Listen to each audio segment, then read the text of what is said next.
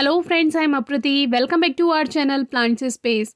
बहुत से प्लांट्स ऐसे होते हैं जिनमें बहुत कम देखभाल की ज़रूरत होती है, जब उनका ग्रोइंग सीज़न होता है तब भी और जब उनका ग्रोइंग सीज़न नहीं होता है तब भी। उन्हीं में से एक है ये रेन लिली, जिसको ज़ेफिरेंथिस भी कहते हैं। और ज़ेफिरेंथिस की बहुत सारी स्पीशीज़ होती हैं। उनका जो बोटेनिकल नेम होते हैं वो सबके अलग अलग होते हैं, लेकिन नॉर्मली हम रेन लिली ही इनको बोल देते हैं। तो अभी आप ये जो पॉट देख रहे हैं ये येलो रेन लिली का है, जिसमें ये छोटे छोटे जो प्लांट्स हैं, यानी कि जो बारीक बारीक सी पत्तियां आपको दिखाई दे रही हैं, ये वो पौधे हैं जो सीड से अपने आप इसी सीजन में ग्रो हुए हैं। यानी कि जो इसमें सीड्स बनते गए और झड़ते गए, उन्हीं से नए पौधे अपने आप तैयार हो रहे हैं। बहुत से सीड्स हम कलेक्ट कर भी लेते हैं, लेकिन बहुत से सीड्स अपने आप इसी पॉट में गिर जाते हैं, तो वो अपने आप ग्रो हो जाते हैं और फिर वो लगातार जो इनके मेन बल्ब हैं वो भी लगातार मल्टीप्लाई होते रहते हैं। इससे ये बहुत जल्दी घना हो जाता है। इसीलिए हम सीज़न जब इसका दोबारा से शुरू होता है फरवरी मार्च के आसपास, तब हम आपसे कहते हैं कि इसको आप चाहें तो इसको रिपोर्टिंग भी कर सकते हैं, यानी बाहर निकाल करके जो हेल्दी बल्ब हैं उनको दोबारा से लगा दीजिए, यानी रीग्रो कर दीजिए, और फिर उससे आपको और सीज़न में अच्छी फ्लावरिंग होगी। क्योंकि तब नई तरह से हम पॉटिंग मिक्स बनाएंगे, उसमें फर्टिलाइज़र भी ऐड करेंगे और हेल्दी बल्ब को ही चुन चुन कर हम उसमें शिफ्ट करेंगे, ग्रो करेंगे। तो अच्छी फ्लावरिंग इसीलिए होती है। लेकिन ऐसा करना बहुत ज़रूरी भी नहीं होता है। अगर नहीं करना चाहते तो कोई बात नहीं। अब ये जो प्लांट है ये हमारा है पिंक रेन लिली का, तो इसमें सीड्स नहीं बनते हैं। तो इसमें आप देखिए कोई भी बेबी प्लांट्स आपको दिखाई नहीं देंगे, यानी कि जो नए पौधे हैं वो नहीं दिखाई देंगे, सिर्फ इसी येलो रेन लिली में दिखाई देंगे। और इससे आपको ये भी पता चल जाएगा कि सीड से जब हम ग्रो करते हैं तो उसके पौधे कैसे बनते हैं। तो देखिए कितनी जल्दी बन गए हैं ये।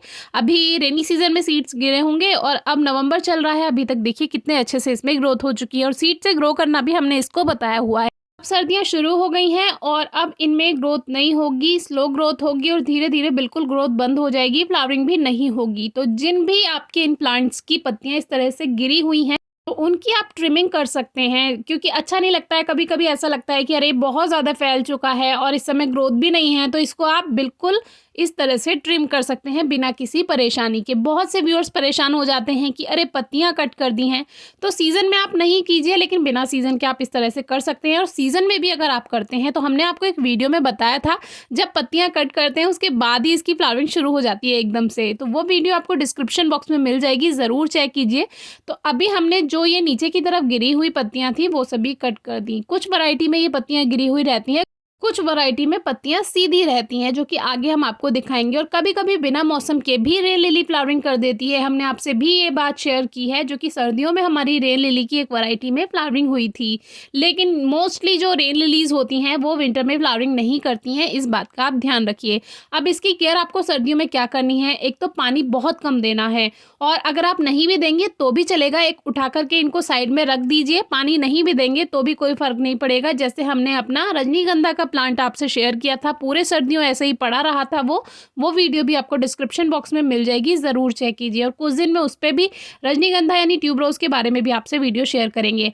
अब कुछ सीड्स इस पॉट में गिर गए थे, तो देखिए ये भी जर्मिनेट हो गए और इनसे भी छोटे छोटे पौधे बन गए। तो सीज़न में जब फरवरी मार्च का टाइम आएगा तब हम इसको बाहर निकाल लेंगे और अगर चाहेंगे तो नए पॉट में शिफ्ट कर देंगे।